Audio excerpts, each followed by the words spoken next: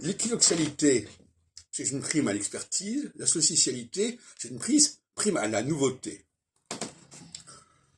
Par exemple, en 58, lorsque commence la Ve République, c'est la nouveauté. Une nouvelle constitution et bientôt un nouveau franc. C'est tout à fait des marques de la socialité.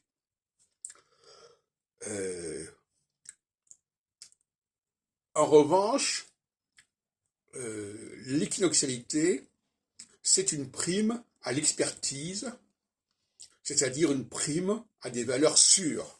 Pourquoi? Parce que l'équinoxialité, c'est la validation de l'expérience. La socialité, c'est quelque sorte la validation de la nouveauté, voire même de l'inexpérience. C'est le pari vers des choses nouvelles, parce qu'elles sont nouvelles.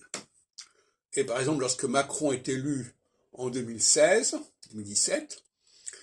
eh bien, c'est la socialité, c'est-à-dire que c'est la prime à la nouveauté et le refus, la mise de côté des choses traditionnelles, des choses instaurées, instituées, comme par exemple les partis politiques, etc. Donc il y a constamment cela.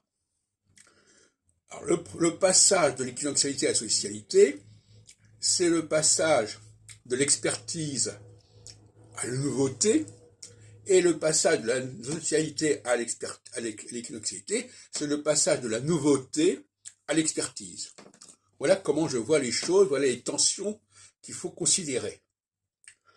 Et il est évident que parler comme Roger Eke d'un cycle de 15 ans n'a aucun sens si on ne précise pas à quelle période on se situe, si on ne précise pas à quel moment il y aura un changement de phase. La notion de changement de phase au bout de 7 ans est complètement étrangère à la démarche de Eke et de son ACB.